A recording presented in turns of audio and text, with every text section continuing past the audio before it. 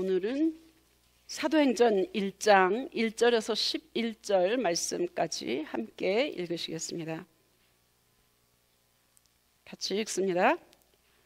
데오빌로여, 내가 먼저 쓴 글에는 무릇 예수께서 행하시며 가르치시기를 시작하신부터 그가 택하신 사도들에게 성령으로 명하시고 승천하신 날까지의 일을 기록하였노라. 그가 고난받으신 후에 또한 그들에게 확실한 많은 증거로 친히 살아계심을 나타내사 40일 동안 그들에게 보이시며 하나님 나라의 일을 말씀하시니라.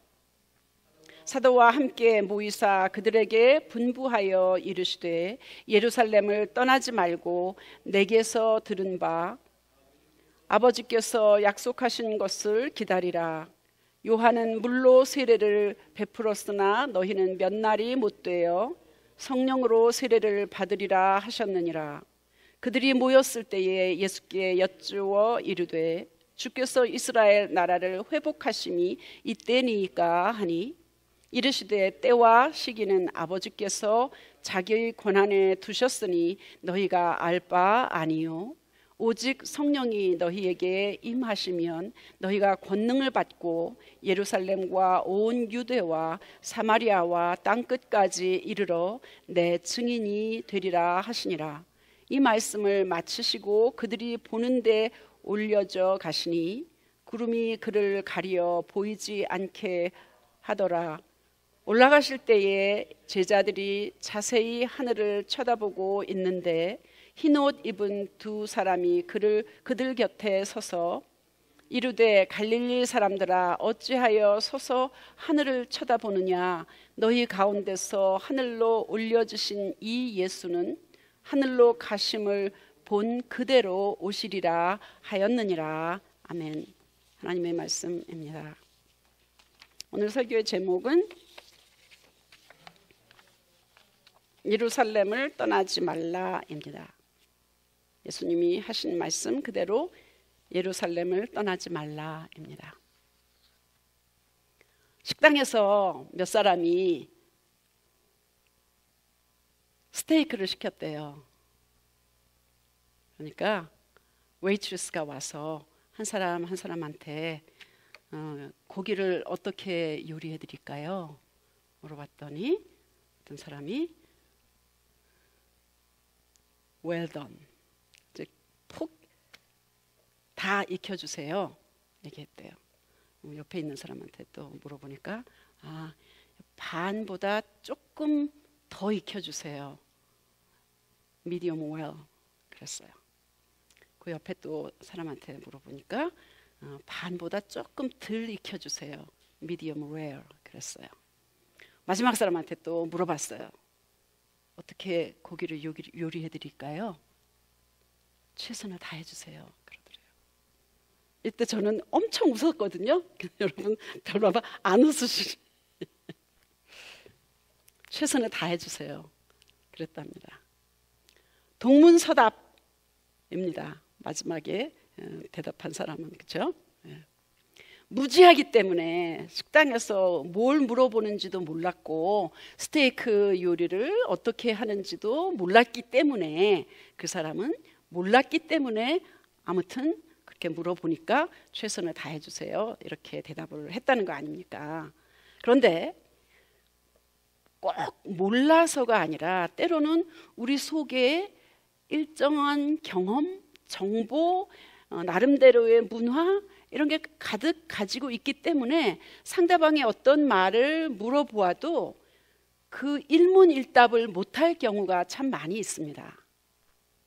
선입관, 편견 때문에 아니면 자기 생각에 꽉 잡혀 있기 때문에 어떤 질문을 해도 그거에 대한 대답을 하지 못할 때가 꽤 많이 있습니다.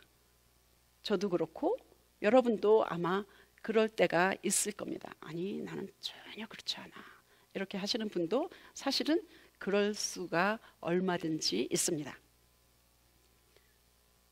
자기가 듣고 싶은 말만 듣고 분명히 A라고 얘기를 했는데 A 속의 관계된 B를 생각해서 대답을 하는 경우도 얼마든지 있거든요. 승천하시기 전에 예수님이 군중들 앞에 그리고 제자들 앞에 나는 곧 떠날 거야. 그러니까 너희들은 이제 가서 모든 족속으로 제자를 삼고 말씀을 지키고 또 지킬 수 있도록 가르쳐라. 세례도 주고 예수 믿게 하고 그렇게 하라고. 그렇게 하면 나는 비록 지금 떠나지만 나와 똑같은 분, 하나님과 똑같은 그 성령님이 오셔서 너희를 끝까지 보살펴 주시고 도와주시고 함께 하실 거야. 이런 얘기를 하셨습니다. 성령 세례를 받아.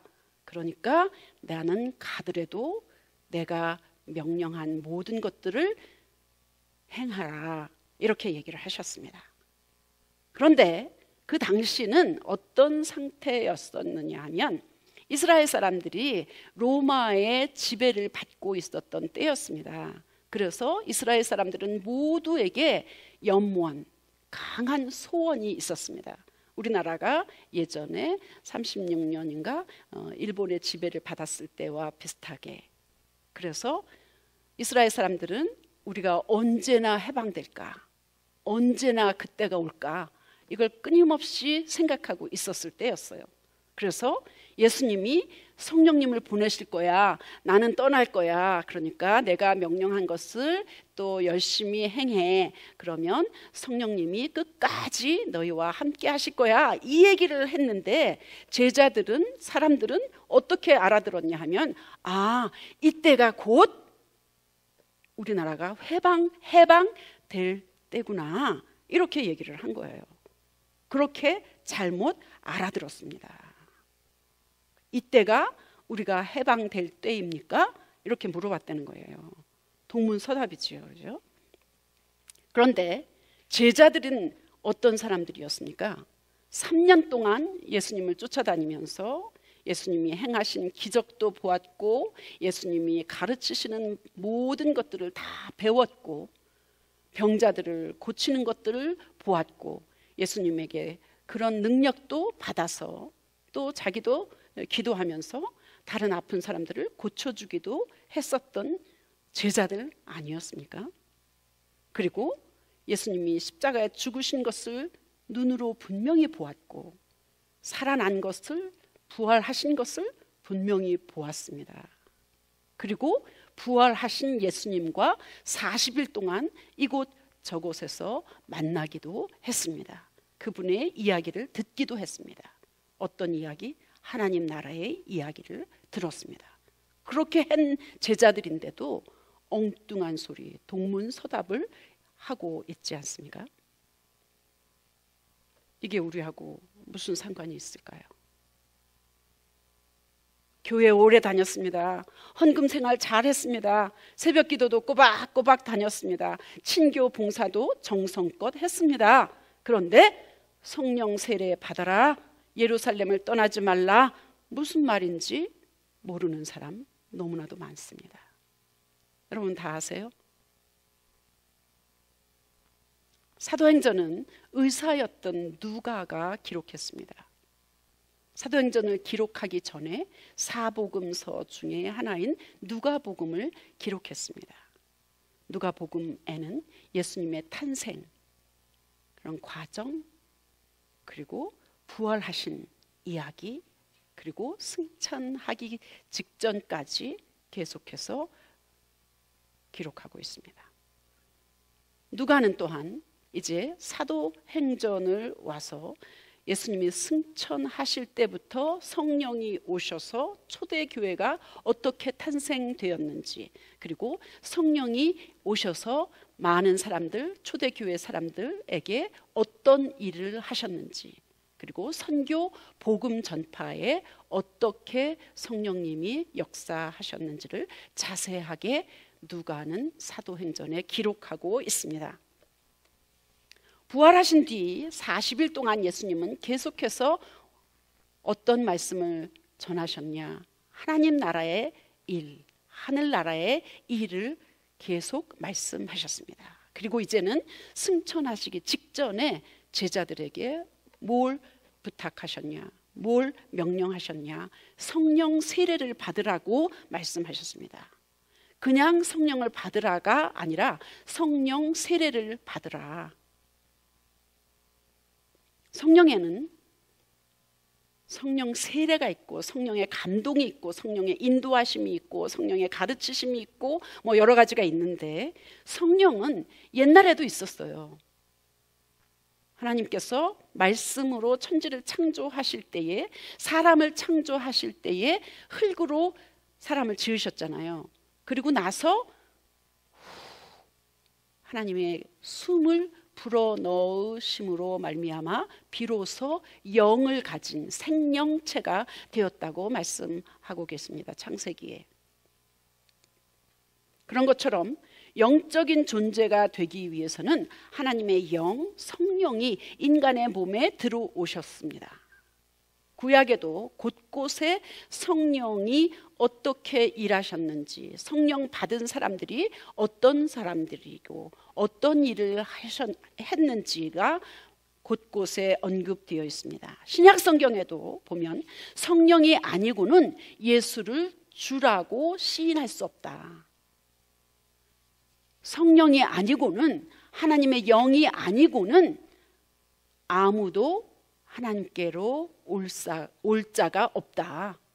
쉽게 말하면 교회에 오는 것도 내 친구가 오라고 그랬어, 뭐 우리 엄마 때문에 할 수 없이 왔어, 이렇게 이야기하지만 사실은 보이지 않는 하나님의 영이, 성령이 여러분과 저를 교회로 인도하신 것입니다. 믿으십니까? 그런데 오늘 예수님이 승천하시면서 하신 말씀은 그런 성령을 받으라, 그냥 그런 것이 아니라 성령 세례를 받으라, 이렇게 얘기했습니다. 요한은 물로 너희를 성령 세례를 주었지만 이제 몇 날이 못 되어서 성령이 너희를 세례를 줄 것이다, 이렇게 이야기하는 겁니다. 성령의 감동, 성령의 인도하심, 성령의 가르치심, 성령이 깨닫게 하심, 성령이 말하게 하심, 성령이 나를 어디로 보내심, 이런 걸 말하는 게 아니라 성령 세례를 이야기하고 있는 것입니다. 여러분, 성령 세례를 받으셨어요? 성령 세례는 어떻게 받으셨어요? 네, 기도하시면서 받았어요. 그렇죠? 각각 다 다르기 때문에 그걸 꼭 집어서 이런 것이다 저런 것이다 말하기가 쉽지 않아요. 그렇죠? 네.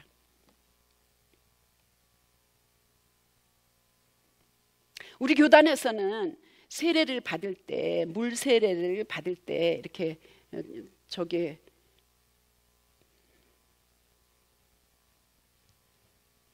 세례 받을 때 사용하는 거거든요. 이렇게 열면 여기에 물을 집어넣어서 여기서 물로 해갖고 스프링클이라 그랬죠. 이렇게 뿌려서 머리에다 뿌려서 세례를 주는 겁니다. 아직까지 사용하지 못했습니다. 최근 2년 반 동안. 앞으로 저걸 자주 사용하기를 바랍니다. 물 세례를 받을 때 우리는 그냥 물을 뿌려서 세례를 주지만 침례 교단에서는 그 욕조같이 생긴 그런 탱크, 물 탱크에 퐁덩 담갔다가 몸 전체가 잠겼다가 일어나잖아요. 그죠? 그래서 요단강에서 예수님이 하신 것도 몸 전체를 담갔다가 나오는 것이 세례, 물 세례였었습니다. 그 말은 세상의 자연인 인간 나는 죽고 다시 나올 때는 새로운 하나님의 자녀로 거듭 태어난다는 것을 이야기하고 있습니다. 아무튼 성령에 우리가 완전히 잠겼다가 나오는 것이 바로 성령 세례입니다. 물 세례가 몸이 완전히 잠겼다가 나오는 것처럼 성령 세례도 성령이 우리를 꽉 가득 채워서 해갖고 새로 태어나는 것, 그것이 성령 세례입니다. 가톨릭에서는 개신교에서 받은 세례, 다른 교회에서 받은 세례를 인정하지 않지만 우리 개신교에서는 어디든지 세례를 받고 하나님의 자녀가 된 사람들을 그대로 인정합니다. 예수님이 승천하시면서 제자들에게 특별히 성령 세례를 받으라고 하신 것은 아까도 말씀드렸지만 성령의 감동, 인도하심, 깨닫게 하심, 가르치심 뭐 이런 거를 말하는 게 아니라 한 단계 더 넘어서 물 세례를 받았어? 신분이 변화됐어? 죄인에서 하나님의 자녀가 되었어? 거듭 태어났어? 예수 믿는 하나님의 자녀가 되었어? 이런 것을 경험하는 사람은 반드시 성령 세례를 받아야 된다는 말씀을 지금 예수님은 하고 계신 것입니다.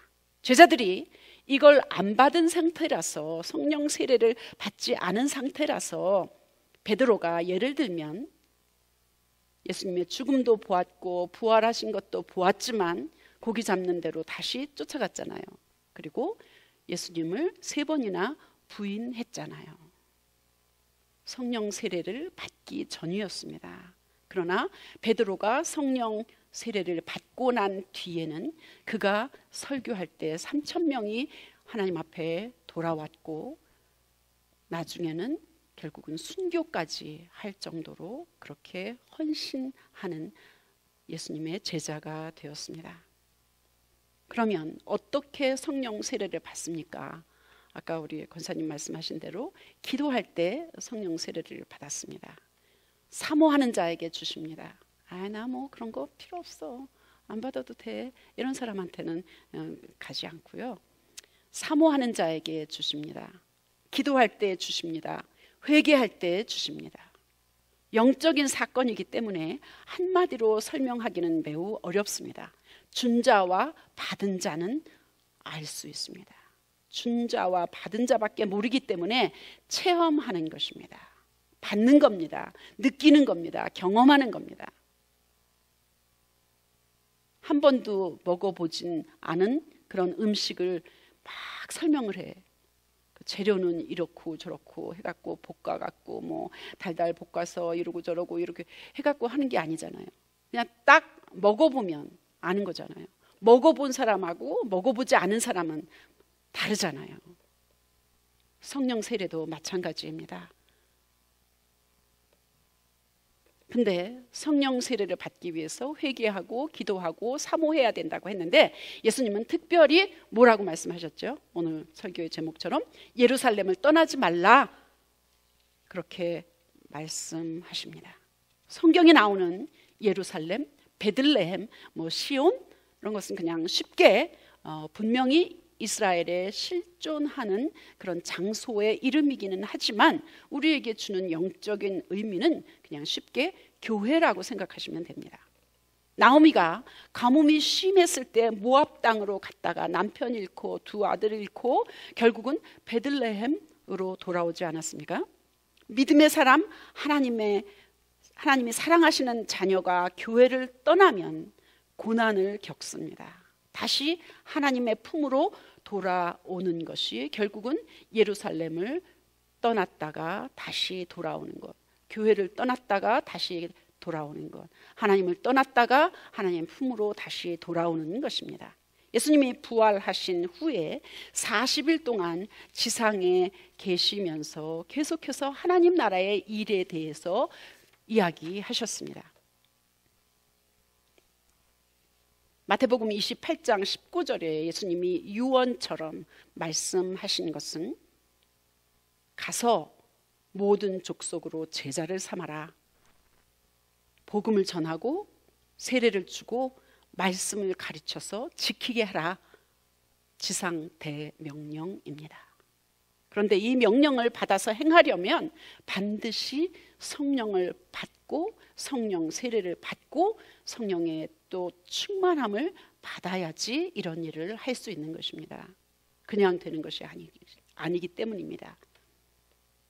성령은 하나님께서 보내주시겠다고 약속하셨습니다. 이 약속된 성령 세례를 받기 위해서는 아까도 말씀드렸지만 기도하고 사모하고 회개하고 기다리고 예루살렘을 떠나지 말고 할 때에 이 성령 세례를 받을 수 있습니다. 성령 세례는 느끼고 체험하는 것이지 가르쳐서 전달해서 지식으로 아는 것이 아닙니다. 그래서 설명하기가 매우 힘들지만 어떤 사람은 점화, igniting 이렇게 얘기하잖아요. 그죠? 그러니까 점화 아니면 어떤 사람은 또 물이 계속해서 온도가 높아지다가 어떤 순간에 끓기 시작하는 그 시점이라고도 이야기합니다. 또 어떤 사람은 술 취하는 것과 성령 받는 것과 매우 비슷하다고, 현상적으로 겉으로 눈에 보이는 것이 비슷하다. 그래서 한나가 열심히 기도하고 있었을 때에 그 제사장이 그랬잖아요. 왜 아침부터 술 취했냐 이렇게 물어봤잖아요. 술을 한 잔, 두 잔 마실 때는 전혀 상관이 없이 내 마음대로 말할 수 있고 걸을 수 있고 행동할 수 있고 생각할 수 있는데 그 술이 점점 두 잔, 세 잔, 넉 잔 해갖고 꽉 찼을 때는 더 이상 버틸 수 없어서 어떻게 해요? 확 토해버리잖아요. 그거하고 비슷하다고 설명하시는 분도 계시더라고요. 성령이 조금 기도했다, 가끔 기도했다, 주일날만 기도했다, 새벽기도 매일 갔다, 뭐 집에서도 계속해서 그렇게 했다. 그러면 이제 그 성령의 수위가 이렇게 쫙 차다가 가득 나를 채웠다가 어떤 순간에 오버플로우, 이렇게 넘치는 그 순간이 바로 성령 세례를 받는 순간이다. 그렇게 이야기합니다. 성령 강림절 오순절날 드디어 전심으로 열흘 동안 마가의 다락방에서 기도했던 120명에게 성령이 임했습니다. 사실은 예수님이 승천하실 때에 한 500여 명 정도 있었던 것 같습니다. 그런데 500여 명 중에서 결국은 10일 동안 전심으로 기도했던 사람은 120명밖에 안 되었던 것 같습니다.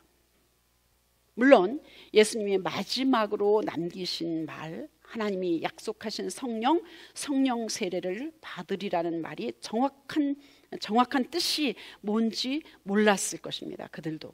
왜냐하면 한 번도 경험해 보지 못했기 때문에. 단지 그들은 예루살렘을 떠나지 말아라, 기도해라, 기다려라, 이렇게 무슨 뜻인지 몰랐지만 그냥 그대로 예수님이 하신 말씀을 순종했을 때에 그런 일들이 일어났다는 것입니다. 여기서 예루살렘을 떠나는 것이 복음 전도, 사역을 위해서 떠나는 것을 말할 수 있습니다. 예수님의 증인이 되기 위해서 예루살렘과 온 유대와 사마리아와 땅끝까지 이르러 나의 증인이 되리라 하시는 예수님의 말씀처럼 사역을 하고 복음을 전하고 전도를 하고 이런 것인데, 준비되지 않은 상태에서는, 성령 세례를 받지 않은 상태에서는 교회의 어떤 일들, 또 밖에 나가서 어떤 전도를 하는 일들 쉽지 않다는 겁니다. 예를 들어서 교회의 재정을 맡는다, 찬양을 인도한다, 심지어는 신학교 가서 목사가 된다, 이런 것들을 아직 성령 세례를 받기 전에는 해서는 안 된다라는 말씀으로도 우리는 해석할 수 있습니다. 여러분, 성령 세례를 받으셨습니까? 아멘. 하나님의 은혜의 사건을 깊이 체험하셨습니까? 만약에 이것이 없다면 예수님의 명령처럼 교회를 떠나지 말아야 합니다. 봉사도 그다지 중요하지 않습니다.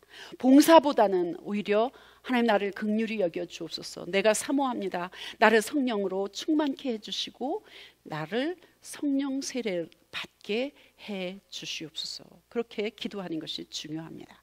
물론 성령 세례 받고 성령 체험도, 성령의 은사를 받았어도 계속해서 활용하지 아니하고 기도하지 않으면 성령 세례를 마치 받지 않은 것처럼 착각하고 그렇게 행할 수도 얼마든지 있습니다.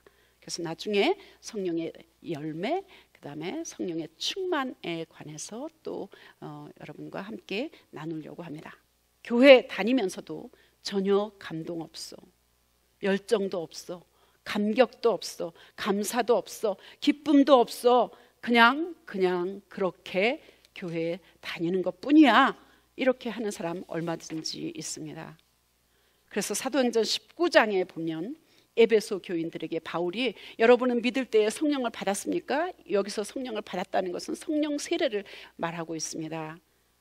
우리는 성령이 있다는 말을 들어보지도 못했습니다. 성령이란 소리를 실제로 들어보지 않았다는 것보다는 성령을 깊이 체험하지 않았거나 성령 세례를 받지 않았거나 하는 것을 이야기할 수 있습니다. 바울이 다시 그러면 여러분은 무슨 세례를 받았습니까? 주 예수의 이름으로 물 세례를 받았다, 이렇게 이야기합니다. 그리고 바울이 그들에게 안수했을 때 성령이 그들에게 임하심으로 방언도 하고 예언도 하고 성령 세례를 통하여서 여러 가지 눈에 보이는 가시적인 현상들이 나타났던 것을 우리는 알 수 있습니다. 예수 믿고 물 세례를 받은 것은 분명히 성령의 감동하심이었습니다. 예수를 믿었지만 성령을 받았느냐고 물은 것처럼 예수를 믿는 사람에게 성령 세례를 받았느냐 물어보는 것은 가능한 것입니다. 성령이 어느 순간 넘칠 때에 몸으로 나타나는 것을 경험하기 때문입니다. 점화, 물이 끓는 것, 술이 가득 취했던 것, 그래서 토할 수밖에 없는 것, 이런 것으로 설명하지만 결국은 개인이 체험하는 것이고 느끼는 것입니다. 그래서 성령은 영이라 보이지 않지만 바람에 나뭇잎이 흔들리는 것처럼 바람은 보이지 않지만 바람에 나부끼는 그런 나뭇잎을 통해서 바람을 알 수 있듯이 성령 받은 사람을 통해서 성령의 존재를 알 수 있습니다. 성령 세례는 가르칠 수 없습니다. 설명할 수 없습니다. 설득할 수 없습니다. 하나님의 은혜로 받고 체험하고 느낍니다. 마음을 열면 우리 안에 들어오십니다. 사모하면 임하십니다. 기도하면 세상 것으로 가득 차 있던 우리를 그분의 것으로 바꾸어 주십니다. 회개해서 우리를 깨끗하게 보혈로 씻으면, 우리를 비우면 그분의 영 성령님이 조금씩 우리에게 수위를 높여주셔서 어떤 순간 넘쳐 흐르게 됩니다. 그 순간이 바로 성령 세례를 받는 순간입니다. 그래서 성령 세례는 성령 체험이라고도 이야기합니다. 세례를 한 번만 받으면 되는 것처럼 물 세례도 성령 세례도 한 번만 받으면 됩니다. 그리고 계속해서 충만을 받는 것입니다. 예수를 영접해서 법적 위치, 신분 변화, 자연인에서 하나님의 자녀로 바뀌었다고 그게 다가 아닙니다. 성령 세례, 성령 체험을 해서 한번 그 맛을 보고 그게 다가 아닙니다. 계속해서 성령의 충만함, 성령의 은사를 활용해서 성령의 열매 맺기를 간절히 축복합니다. 기도하겠습니다.